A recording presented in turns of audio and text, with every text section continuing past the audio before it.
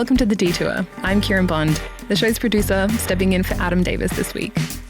Today we're talking about love and ambivalence with guests Laura Kipnis and Jamie Passaro. Laura's sister sent her an invite to one of the most significant days in a person's life. She had hired a team to plan this big event, spent countless hours and even more dollars on it, and had invited Laura to be part of this special day. But Laura was skeptical. She didn't want to participate in this pageantry, in this performative social norm that Americans spend $60 billion on a year. You probably guessed it. Laura's sister was getting married. Many of us grew up thinking that being coupled with one person for the rest of your life, and especially codifying it through a government institution, was the ultimate expression of romance. Through TV shows, films, and magazines, we learned and learn that marriage was our ticket to happily ever after. Our guest Laura Kipnis playfully calls this propaganda. Laura is a cultural critic and essayist whose work focuses on sexual politics, aesthetics, shame, emotion, acting out, moral messiness, and various other crevices of the American psyche. Her 2003 book Against Love was meant to be social satire, but ended up being a self-help book for those of us caught between the dream of traditional coupledom and the tension of, this isn't what Disney told me it would be like. Laura has described marriage as a prison, a premature cemetery of domestic coupledom. She's a satirist, remember. Many of my friends and colleagues agree. Marriage is an antiquated institution with sexist roots that many of us feel hypocritical engaging in. But in my own case, I cry at weddings and proposal announcements, and add love songs to my wedding playlist should someone I love propose to me. If you were coupled at the beginning of the pandemic, you had unknowingly chosen your apocalypse partner. COVID wreaked relationship carnage. Marriages ended, families split. For those of you who are married, the pandemic challenged you to look inwards at the institution many of you enthusiastically entered into. In this episode, we ask, why do we continue to conform to traditional coupledom despite the data against it, despite our own ambivalence? I do want to hear your answer, which I'll ask at the end of the show. Oregon Humanities Executive Director Adam Davis sat down with Laura in May 2022 at the Alberta Rose Theatre in Portland, Oregon. Do you remember what you felt at the last wedding that comes to mind? Well, I have a lot of mixed feelings about weddings, and I will say, to get confessional, that when my own sister got married, I just did not feel that I could be somebody who walked up an aisle. So I've never done that, and my family was understanding about it. But I mean, I would just have felt like a kind of impersonator of myself to do that. So I am probably not the right person to ask these questions of. To participate in the wedding or to be at a wedding? Or your memory Well, of the wedding? either. But I mean, I couldn't even walk up the aisle. So that's what I want to ask you about. Okay. Yeah, like, why not? What makes it hard to walk up the aisle at a wedding? Well, to speak more generally, maybe, to take the focus a bit off of my, Sure. Personal anguish. I think one of the things I've always written about is social norms, and I've been kind of a satirist of social norms while also at some level adhering to them. And so, I mean, I do have this very complicated, convoluted relationship to the norm. And, what is more norm establishing than a wedding? I mean, the ritual of it, the performing your love and relationship before an audience, before the community, and the community is there to sanctify a relationship. And so, I go through all those steps about it. So I can't have these unmixed feelings.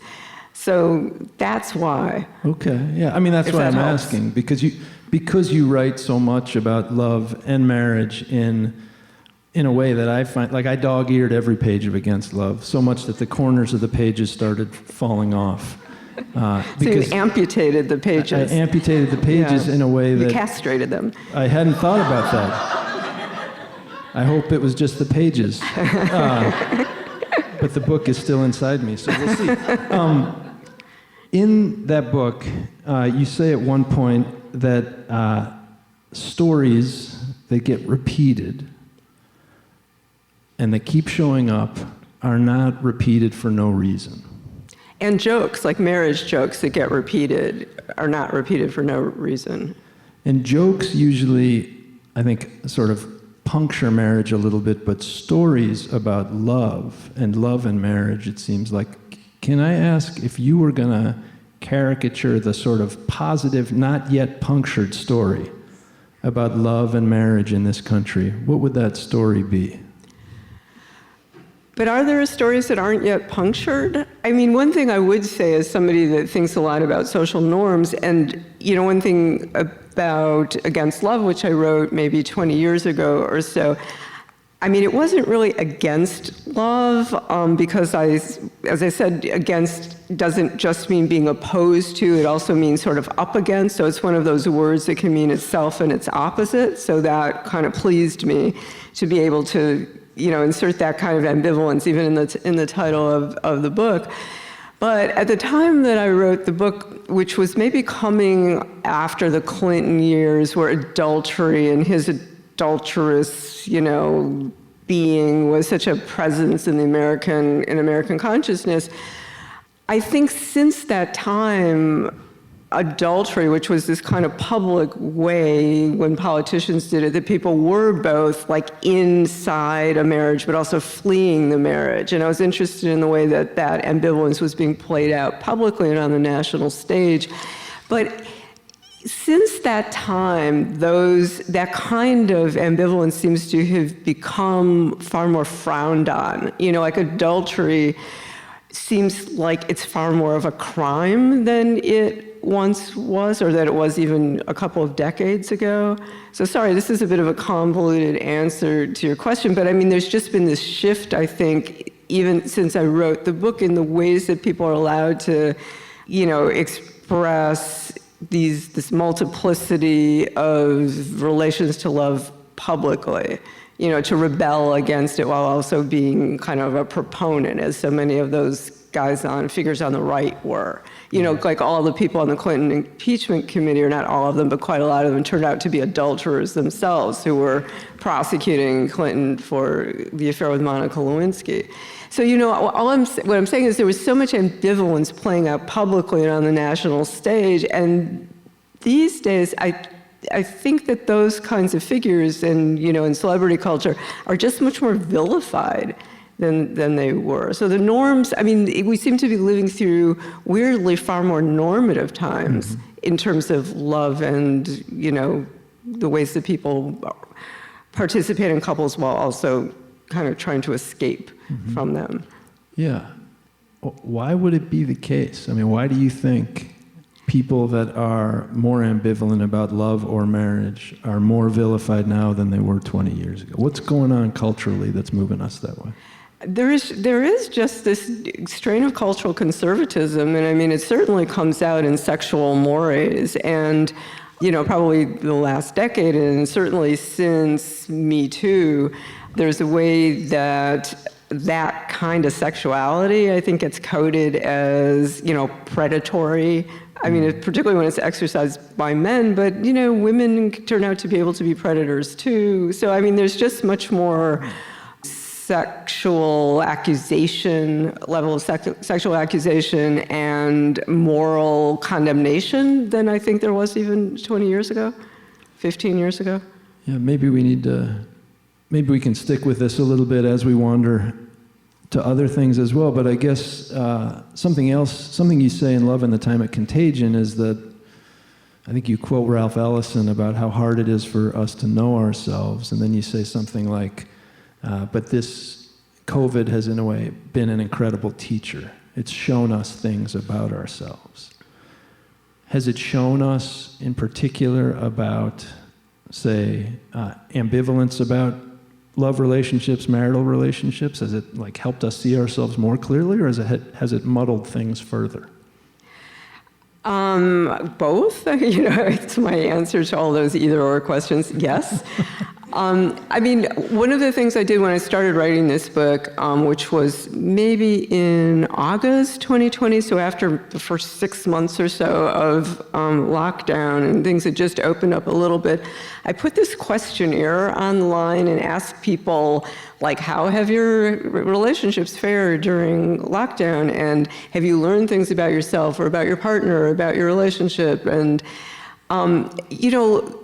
I did think of COVID as, in the same way that it put this microscope on the country and exposed, things that were there all along, the inequalities, the collapse of, or inequalities of the healthcare system, all of that. I mean, I think that it put this microscope on our relationships, whether you were in one officially, or not. I mean, I think we were all kind of forced to examine our intimacies, because that was, something that was just suddenly, everywhere. You had to think about it in different ways.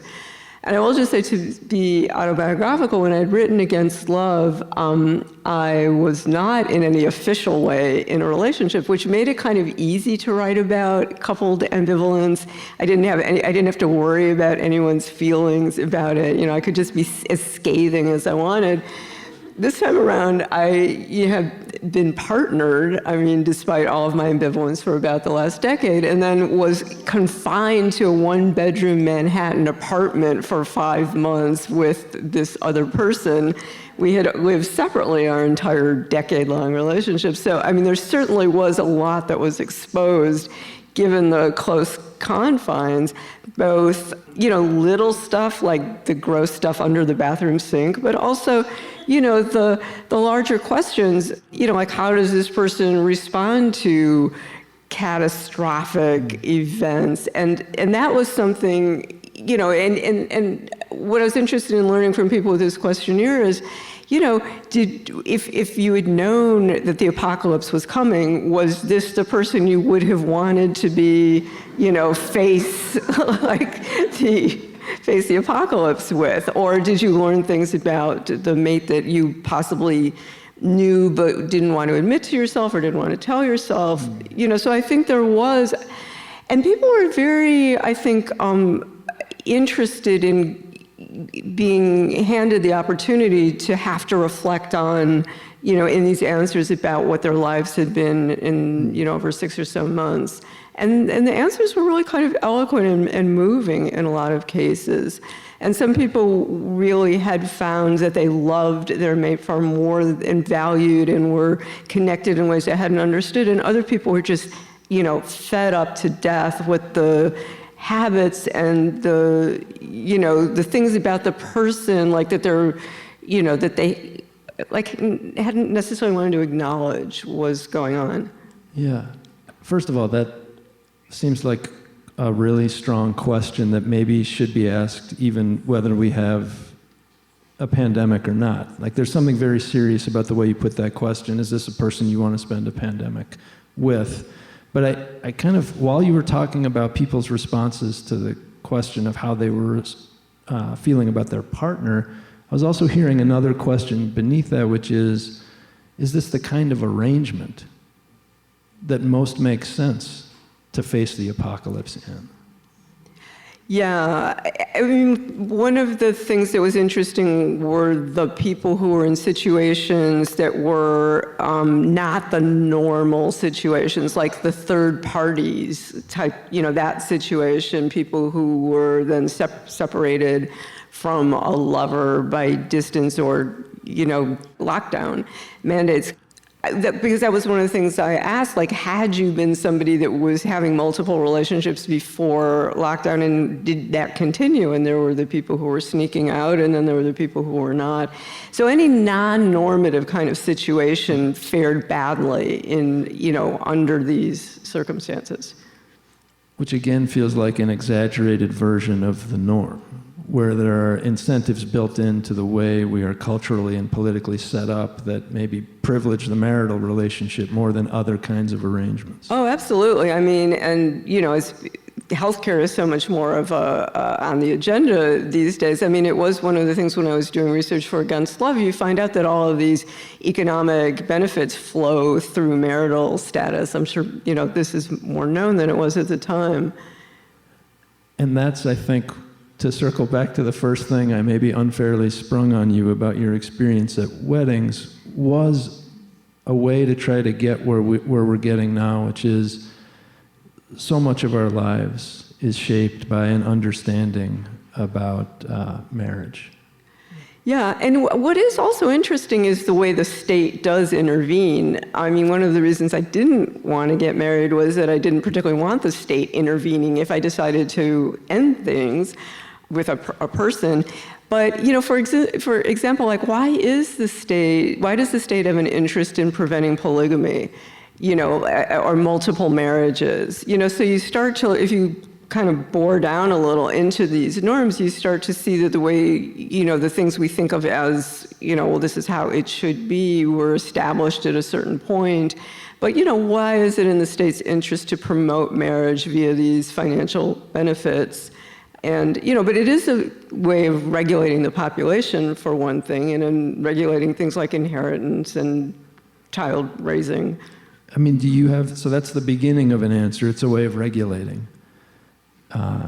Why does the state intervene? Why does the state license marriages? What's your sense of why that happens in this country in the way that it does? I suppose it's partly the Christian inheritance, you know, that we are a Christian nation despite saying that there's a separation of church and state. But, you know, there isn't really a separation of church and state when you look. And, you know, I'm not really a marriage historian. I'm a, you know, social satirist. So I just, you know, read some books about this stuff and done some speculating about it. But, I mean, all of these things that we take for granted, like the census or the way populations get enumerated, I mean, all started out as forms of social control, or like the way that the marriage ceremonies used to be informal, or they were done by churches and then they got taken over by the state. I mean, part of it is the way the state needs to accrue authority and power to itself, to establish itself as the prime kind of control over populations. So, you know, there's all sorts of histories to this stuff. Yeah, and I love how you said, like, I'm not a historian, I'm a social satirist, so I'll only ask one more historical question, and it comes from a reference you make, and then I'll move purely in the satirical direction, okay. I hope. You say in Against Love that our nation begins in what is essentially a declaration of divorce, that the Declaration of Independence is essentially divorce papers being served, and that since then, we are anxious about what that means, that there is anxiety throughout. And I guess I'd love to hear a little more about that anxiety. Well, everything to do with contracts, you know, again, it sort of it flows through this state, but there are histories of marriage that, and the historian Nancy Cott writes about this, that kind of liken citizenship to marriage, you know, like you are married to your country. So there are all these analogies about citizenship and the nation and marriage. But I was kind of thinking during the pandemic and lockdown, you know, that every couple is like its own little country, you know, with its own constitution and, you know, weird regulations and rules. And, you know, it's varied kinds of, you know, varied histories, varied civilizations. I think when it comes to this whole area, love, marriage, it seems to me you're very good at saying the things that many people won't say. For better or worse. Yeah, well, maybe I want to ask just a little bit about that, and this gets back to your statement that you're a social satirist, and sort of, why do you think it's important to look more closely at marriage and go, yeah, but look at this? Like, why is that a useful thing to do? I agree that it is, but but I haven't written books about it, and they wouldn't be read if I did. Why is that one of the things you're thinking so much about? I think I've been always a little interested or overly interested in hypocrisy. And in Against Love, I had this feeling, or you realize something after you've written the book and people talk about it, that there was always something about the elephant in the room subject that intrigued me. So like in Against Love, one of the elephants was just the fact that with long longer longevity, people were married for 30, 40, 50 years, and the question about whether sexual desire for one person actually persists over the course of a 30 or 40, 50-year marriage or does not. And I think it was an interesting question about Bill Clinton at that time, like, well, let's hypothesize that here's this couple and they're together, or maybe they love each other, but perhaps they're not really having sex anymore. So are they both supposed to just kind of hang it up, or can they have outside relationships? Well, the opinion of the country was that no, it was absolutely illicit for him to have these other relationships. So, but anyway, the elephant in the room about fidelity and desire and longevity is kind of something everybody knew, but you could only talk about at the level of jokes. And so I was doing a lot of reading of New Yorker cartoons about, people being really fed up with their spouses, and, which had this kind of element of truth, which is that we think of intimacy with another person as this great thing we desire, but I mean, can you be too intimate with another person? Like, can you get to know somebody too well over the course of that many years or decades, to the point that, I mean, if you know somebody that well, can you still desire them? I mean, some people would say, yes, of course you desire them more. But I think for many people, romance and the kind of desire that we think of and celebrate is often based on not knowing a person that well. So all of these things are kind of inimical, but yet we're supposed to build lives with people and, persist for decades with them. Yeah, and the "we're supposed to" is probably understated. Understated, all the ways we're told this is something we're supposed to do. Yeah, sure, and socially congratulated, and then, rewarded with things like health insurance. Yeah, and it seems like it's good to ask about the things we're supposed to do. I think I heard a few things in both Love and the Time of Contagion and Against Love that feel like they're really live questions now. If we're getting told in all these ways that we're supposed to get married, stay married, be a certain way in marriage, like, what cultural work is that doing? You talked a little bit about it, kind of regulation before, but it feels like there's more to say. Like, what kind of disciplining is happening there? What's going on? Well, disciplining, is the right word. I mean, I was very influenced by reading Foucault's Discipline and Punish, and that idea of the panopticon that he talks about, which is in prisons where the prison population doesn't know they're being watched, can be watched by like one central kind of person in a guard tower. And I was sort of likening that to the forms of surveillance that happen within couples and marriages. The endless questions like, where have you been? What time, why are you late? Who were you with? What's this number on your cell phone bill? And, all of that kind of low-level surveillance that happens to, partly at the level of the couple, I suppose, to forestall or assuage the anxiety that somebody might stop loving you or leave you or be off doing something with someone else, that would injure you. So, I mean, there's the kind of way that the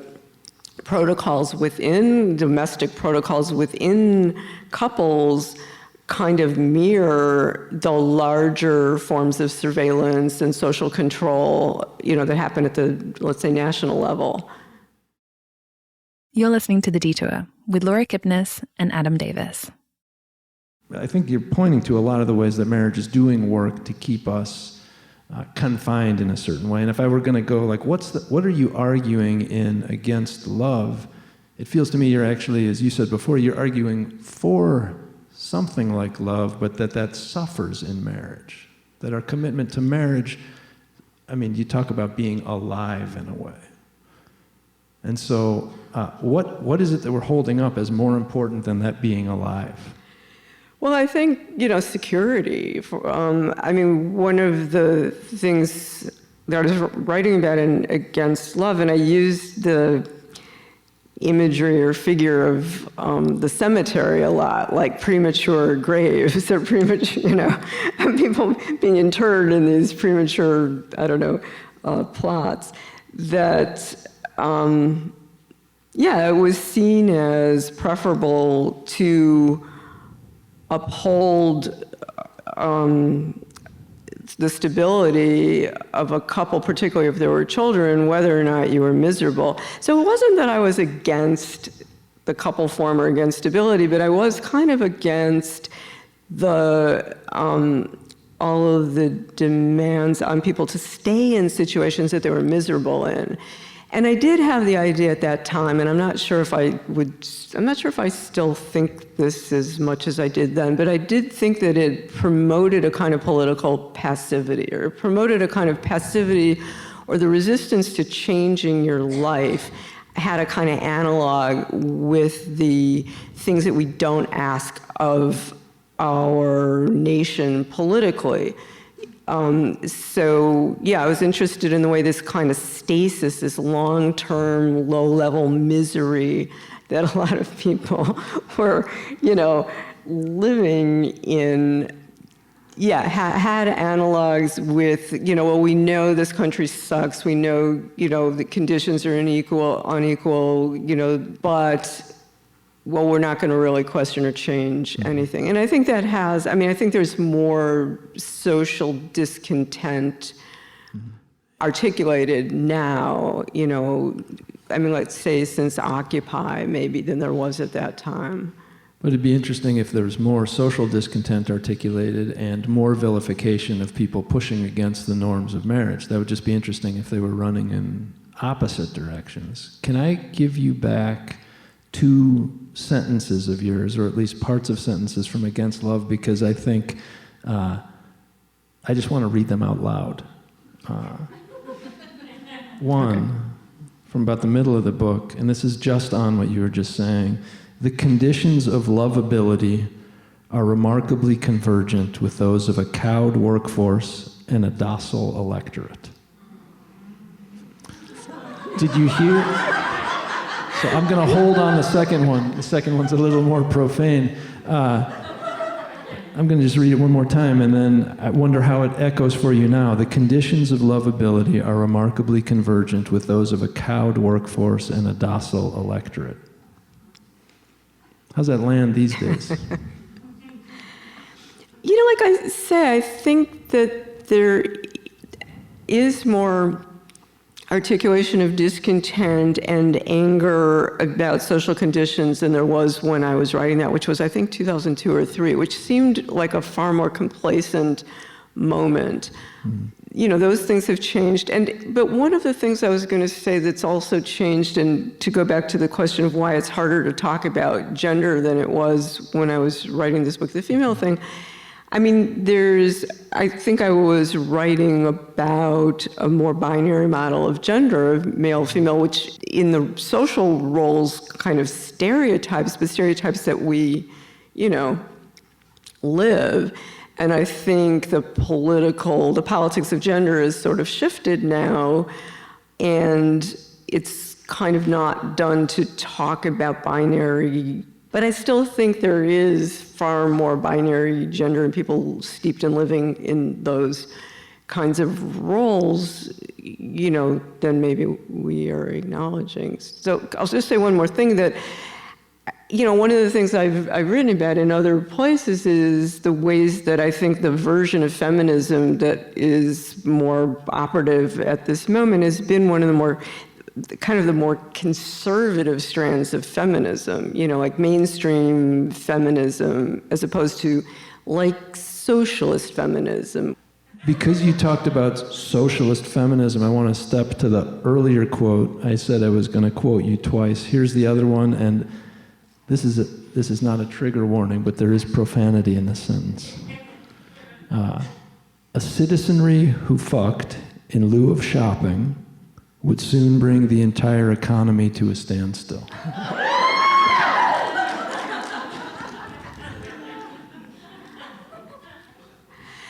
I've been accused of like being overly invested in, some naive kind of liberationism. So, you could say that's like naively liberationist.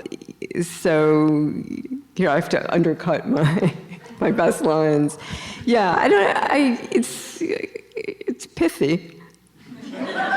But it's interesting that you said you've been accused of being naively liberationist, because it seems to me what you're often doing is saying, look how naive we are. We're so naive about love and marriage, and you help us see the ways we're naive. So it'd be interesting if that was the accusation leveled against you. That surprises me. It seems to me what you're often doing is you're puncturing those dreams that we hold, so that, like you said before about hypocrisy. But it's interesting to think about, if I can just then bump it back a level, to satire. Like satire it seems to me it can serve a number of different functions. Or a polemic can serve a number of different functions. And you call against love a polemic deliberately at the beginning, so we know, like, read this as a polemic. Read this as something like satire. Why satire? There is a way that the satire, the irony, I think, is like, what is it, what makes the medicine go down, like, more easily? I think there was a song about that. I think there was. I would say just listening to how people respond to certain lines of yours, that you're saying something very tough about the choices we make with our lives, and we react by laughing and cheering. That's medicine going down, but then the thing with medicine is, what's it for?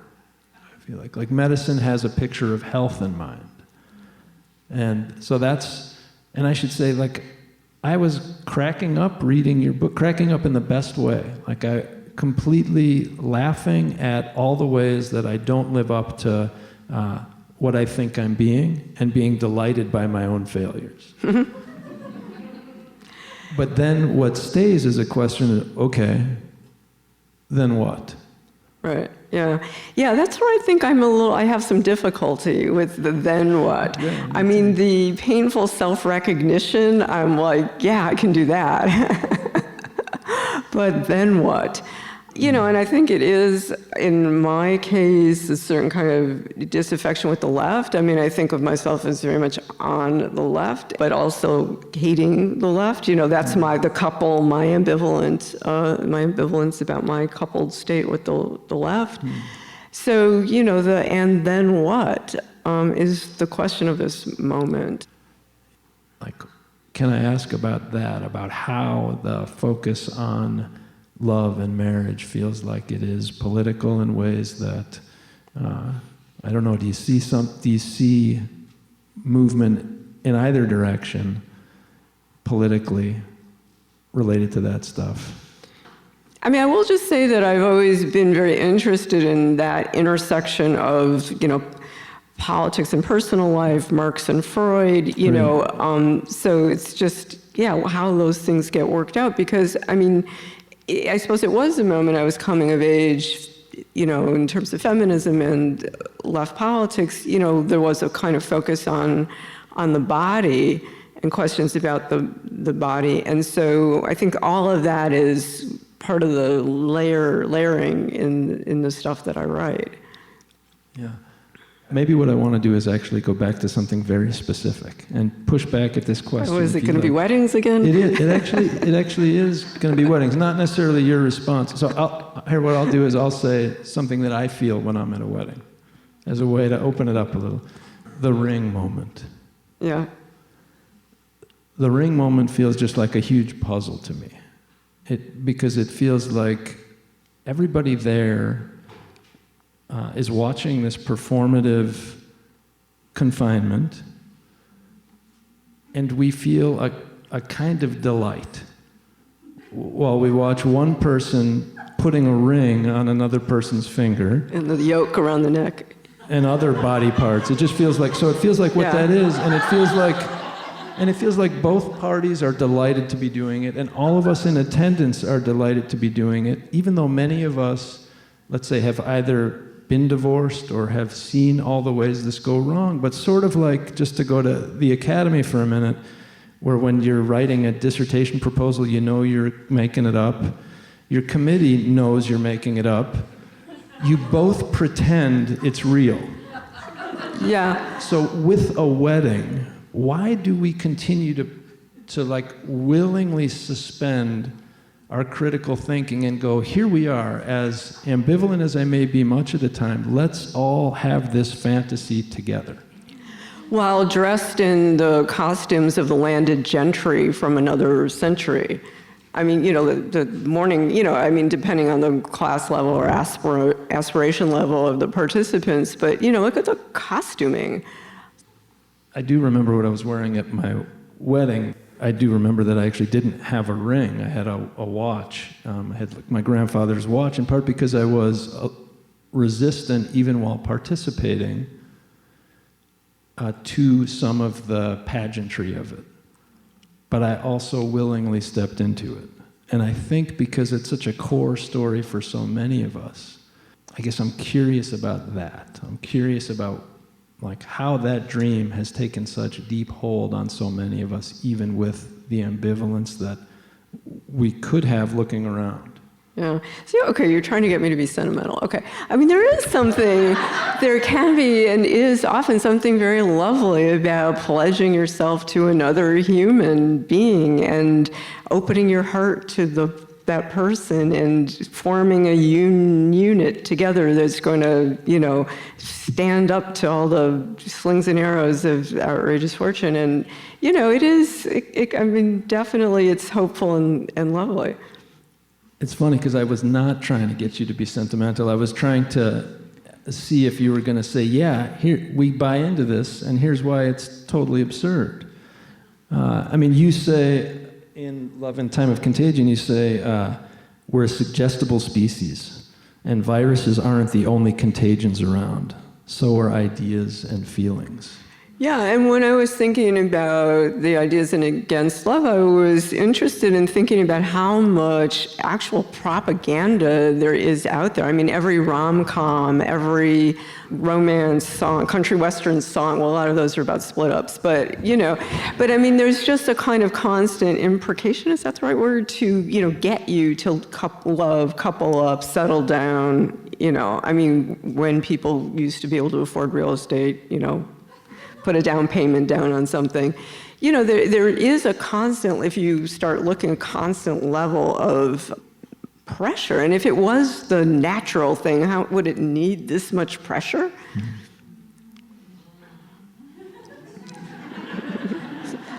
Some recognition is happening. Do you think this country is particularly weird about this stuff? Or do you think we're just like everybody else? And if we're a little bit uniquely strange about it, do you have a sense of why?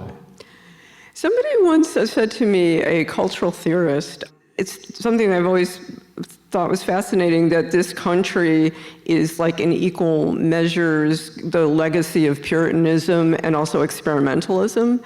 So, and I do think there are those competing tendencies that are embedded in our history and probably in in the culture and in the humor. I mean, there is something that can often be really weird and zany about America and its kind of humor. And, you drive down the highway and there are those big hot dogs on the, big like 50-foot hot dogs on the roads. There's a strangeness to America and the landscape, but then also a lot of propriety at the same time.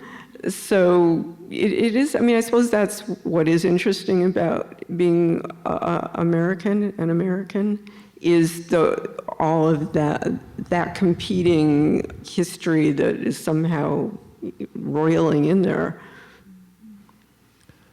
Yeah.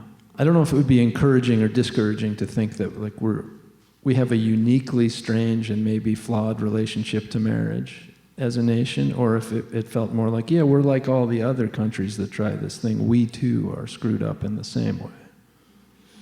Maybe we could go back to, as a country founded as a divorce, it was a divorce decree, or the Declaration of Independence was an announcement about something. And, one would like to think also independence of spirit and, conceptual independence.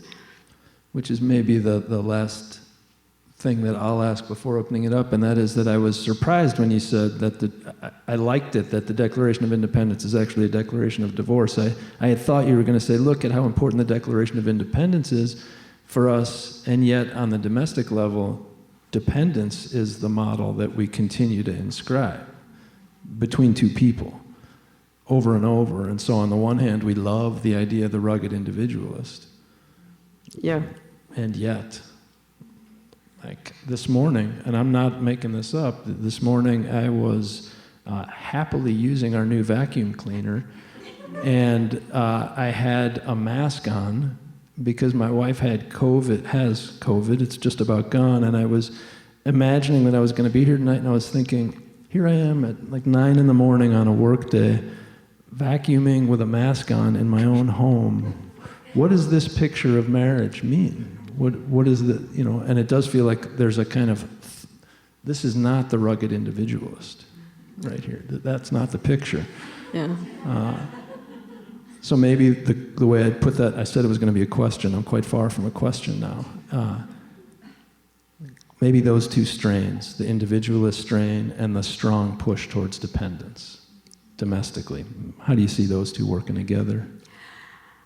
I mean, to sound like a patriot for a moment, there is, embedded in the history of America, and, I'm thinking of American literature and the kind of voice, and I've always been really interested in a certain kind of voice that's like a weird, zany, funny voice of people like Melville or Twain. The funniness and weirdness of this voice, it does seem so distinctively kind of a product of all of those histories. So the rugged individualism also kind of comes out in a kind of tonality or tone that I do think of it when I'm writing, those voices. Mm-hmm. One could say, yes, those have been male voices, but I've always been very intrigued with them. And also, that they are also all about the conflict between the rugged individualist or the frontier and, the civilizing imperatives. And, it's often been women that are supposed to play the role of the civilizer, and civilize that ruggedness and domesticate, be the domesticator. And, which is sort of, to me as a, putative female, like a, really boring role to be cast in. So, maybe that goes back to the wedding, the ambivalence about the wedding and the marching up the aisle, even in some weird fancy clothes that were bought for the occasion, still that symbolic, to put myself in that role of walking up the aisle would seem to be renouncing something that I'm very attached to, which is the ability to step into Huckleberry Finn's shoes or, strike out for somewhere. Yeah, independence.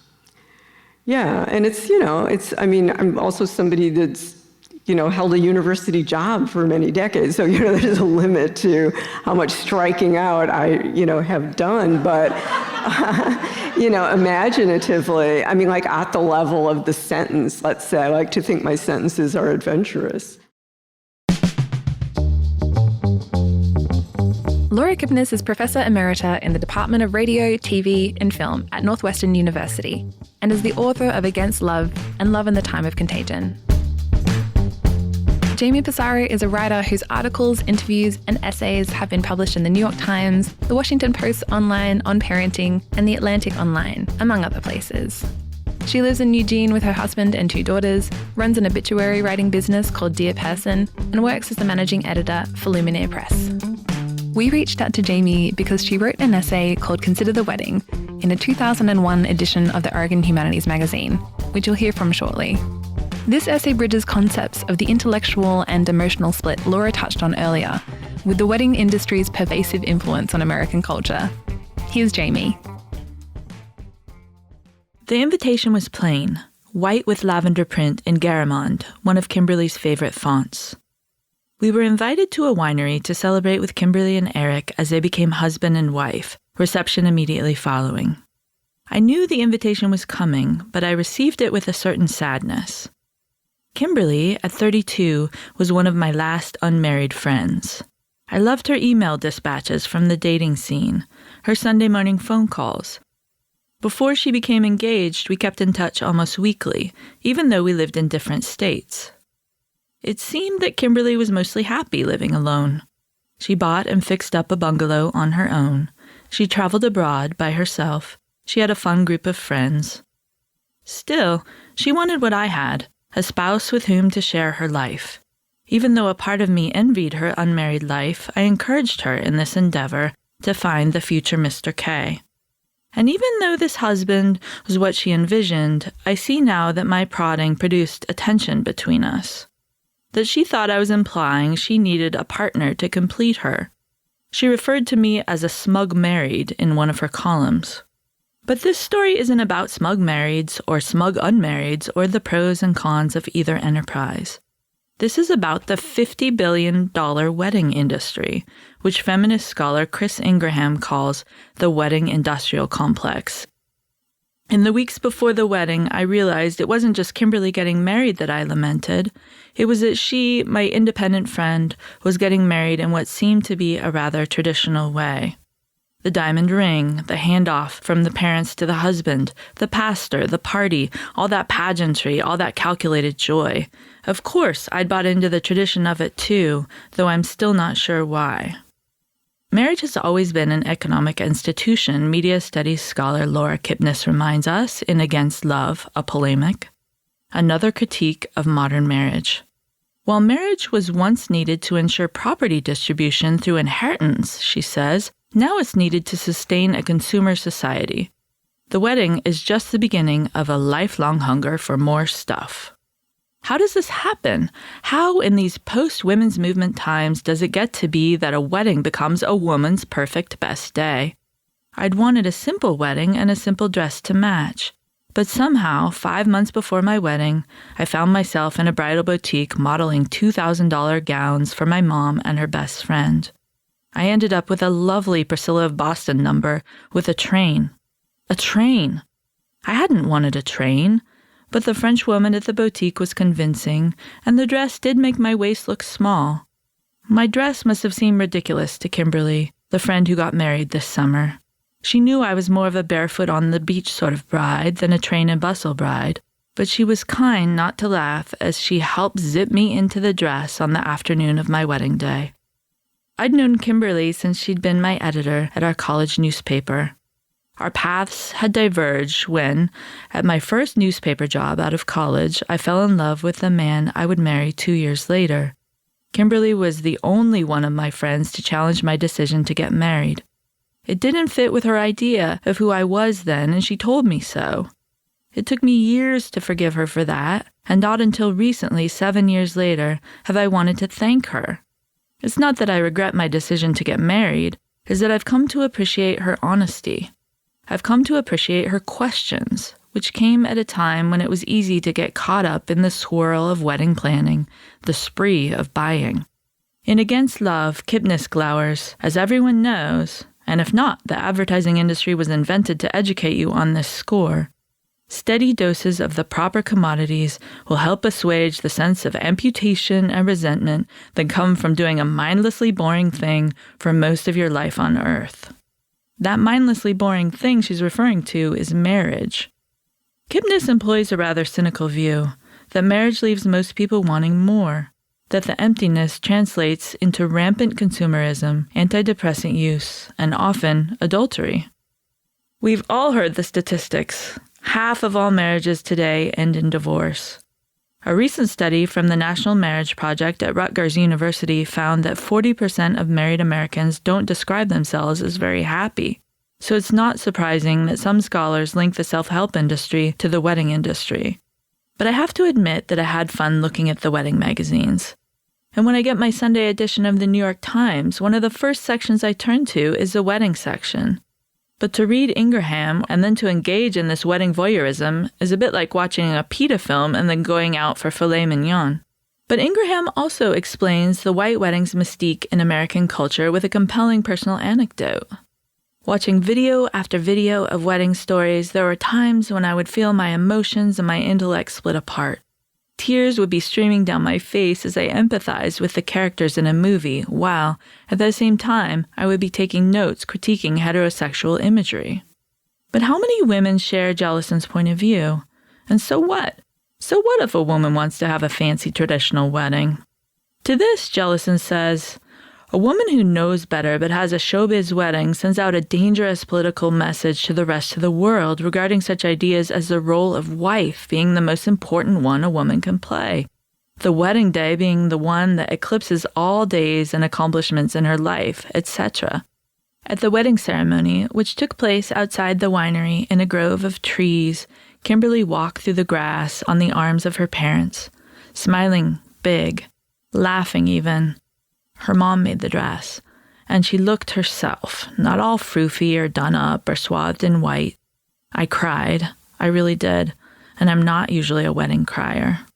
The best part of the ceremony was the homily, which was given by a friend of Kimberly's from college, a Lutheran pastor named Katie McCallum. Will there be enough time for one another in the midst of busy jobs and schedules? Will there be enough money to go around? Will there be enough family and friends to support you? Will there be enough love when there is much to be forgiven? Will it be enough? It was such a bold and elegant question to pose at a wedding. I wonder, what if every couple planning a wedding started there with that idea? At Kimberly and Eric's wedding reception, we raised our glasses of sparkling wine in a toast. We ate homemade Norwegian cake. We swayed tipsily to the music from mixed CDs friends had made. We snuck away and decorated their getaway car with balloons and streamers. But what I'll remember most is the question. It's a question I like very much. A question I'd like to pose to Brides Magazine, to Vera Wang, to the peddlers of wedding insurance, should the unexpected happen, to Crate and Barrel, to the newly engaged, and to wedding planners everywhere. Will it be enough?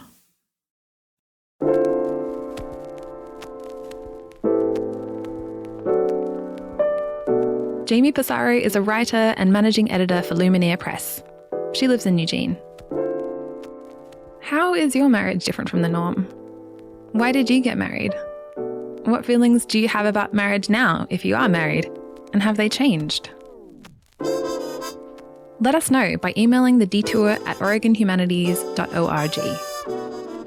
The Detour is made possible by the National Endowment for the Humanities. I'm Kieran Bond, the executive producer. Adam Davis is our regular host. Our editor and engineer is Dave Friedlander. Our assistant producers are Alexandra Powell-Bugden, Karina Brisky, and Ben Waterhouse. Thanks for being with us. See you next time.